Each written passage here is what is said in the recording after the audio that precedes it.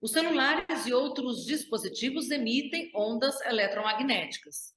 Muitos acreditam que o aparelho esquenta. Na realidade, esse aquecimento não é devido a essa emissão, essas ondas, e sim a dissipação da energia que ocorre da bateria quando o aparelho está em uso. Muitos também acreditam que seja por isso que quando a gente está muito tempo com o celular, a nossa mão fica dormente. E aí, isso é um desconforto que também não envolve as ondas, e sim a compressão de nervos. Há uma interação física e real entre a onda e a pessoa, é claro, assim como entre o uso do aparelho e a pessoa.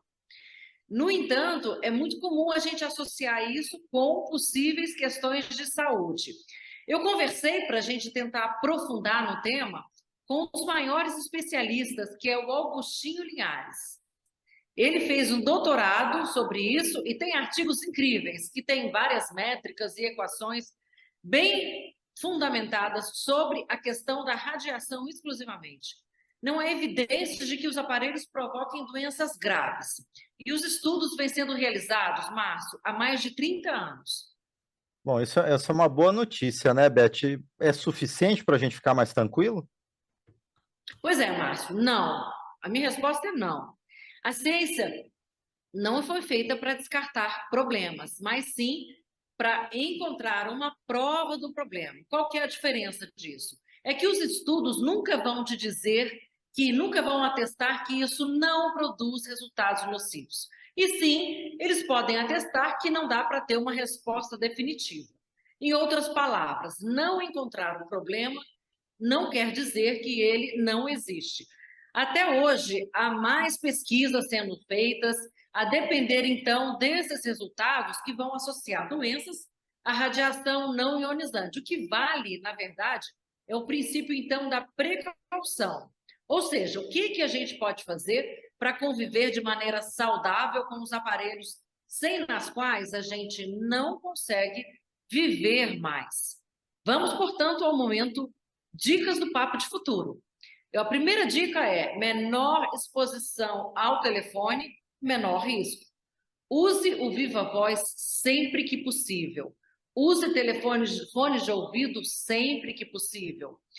Afaste os aparelhos telefônicos quando for dormir. Desligue o celular, coloque no modo avião quando for dormir ou desligue. Carregue o celular também de um modo que aquela luzinha que fica acesa não vai incomodar o seu sono, impedir que você entre num sono mais profundo. Evite usar o celular quando o sinal estiver fraco. Isso é uma questão que quase ninguém sabe. Por quê? Porque quando ele está mais distante das torres, o transmissor acaba potencializando aquela emissão que ele faz como ganho de eficiência. E isso acaba gerando, então, um efeito maior ali daquela onda. Portanto, evita usar o celular, por exemplo, no elevador. Não fique longas horas falando no telefone, com o mesmo encostado na cabeça. E use, sobretudo, aparelhos certificados. Talvez você tenha um aparelho que tem uma longa vida da bateria, mas que esquenta demais, não está, talvez, tão certificado assim. Portanto, aumente a garantia, a sua segurança, usando equipamentos certificados, não apenas o celular, aqueles que têm o selinho da Anatel. Muita gente não sabe que os aparelhos móveis também têm antenas, elas ficam em geral na parte superior. E em razão dessas antenas, dessas microantenas, a gente está recebendo agora o 5G, inclusive com os mesmos aparelhos.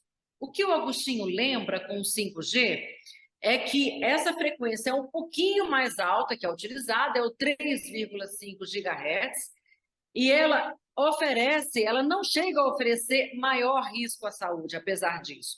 Esse argumento, na verdade, Márcio, foi usado muito no ano 2000 em várias fake news, várias notícias que rodaram aí pela internet, e deu muito trabalho para os especialistas desmentirem esses fatos.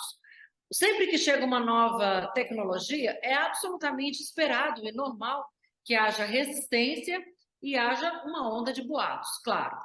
Na verdade, conforme o site Teleco, o Brasil tem hoje, além de 250 milhões de aparelhos móveis ativos, temos ainda mais de 100 mil antenas de estações de rádio base, as chamadas ERBs, no jargão da comunicação. Essas antenas, elas produzem um efeito guarda-chuva. Agora, falando do outro ponto que a gente também, que cria muito mito, muita fantasia, ou seja, ela cria um tipo de transmissão que vai na horizontal e não na vertical, e faz com que a exposição máxima à radiação varie entre 50 metros a 200 metros exatamente de onde está a antena. Portanto, a radiação seria menor do que ao redor da antena, ao contrário do que a maior parte das pessoas imagina. Pois é, então, Beth, apesar de visualmente, vamos dizer assim, a gente tem uma sensação de insegurança maior, na verdade, a gente hoje está mais protegido? Novamente, Márcio, essas questões técnicas, elas não são conclusivas, né? Há mais de 70 anos, por exemplo, a gente convive com antenas de rádio, torres de TV, e não se fala mais em risco à saúde por parte desses equipamentos. A ciência é dinâmica, o mercado usa critérios de avaliação que também vão mudando muito com o tempo, né? Em termos de conteúdo, a gente sabe que o celular gera muitos estímulos, e eles podem ser positivos ou negativos, dependendo do conteúdo que você está acessando, é claro. Pode gerar estresse, adrenalina, ou pode gerar uma sensação de prazer, dopamina. Segundo a notícia do canal Tech, é um site especializado, de acordo com o National Cancer Institute nos Estados Unidos, não há atualmente nenhuma evidência consistente de que a radiação não ionizante aumente o risco de câncer em humanos. Mas isso implica dizer que todos os equipamentos, dos maiores aos menores, e aqui é o ponto onde eu queria chegar, têm que obedecer às normas técnicas, têm que estar dentro dos limites de exposição recomendados pela Organização Mundial de Saúde. Num artigo recente do Agostinho e do Azevedo e Fernandes, ele assina junto, que trata de campos eletromagnéticos, eles reconhecem que medir esses campos por todas as antenas que existem no Brasil nem sempre é viável, é muito difícil, leva muito tempo e muitas antenas não estão acessíveis. Portanto, o mais importante é que haja uma fiscalização efetiva por parte do poder público para verificar o quão séria é a indústria, no sentido de respeitar a OMS e a UIT, a União Internacional de Telecomunicações, dentro dos padrões adotados pela ICNIRP, que é a Comissão Internacional de Proteção contra a Radiação Não Ionizante. Existe um arcabouço, uma estrutura institucional, internacional, conectada, muito robusta no sentido de acompanhar esses temas, que não são temas simples e precisam de muita atenção. Agora, existe, é claro, um ímpeto muito grande da indústria para que ela cresça cada vez mais, a indústria móvel. O que eu gostaria de finalizar esse debate agora é que nós temos realmente estudos que associam, na questão da saúde, o celular, sobretudo a questão do aumento da ansiedade. E a gente sabe que a ansiedade realmente é uma porta de entrada para vários problemas de saúde. E, nesse sentido, então, é que, enquanto os estudos avançam, a gente tenta usar aquela máxima, né? O seguro morreu de velho.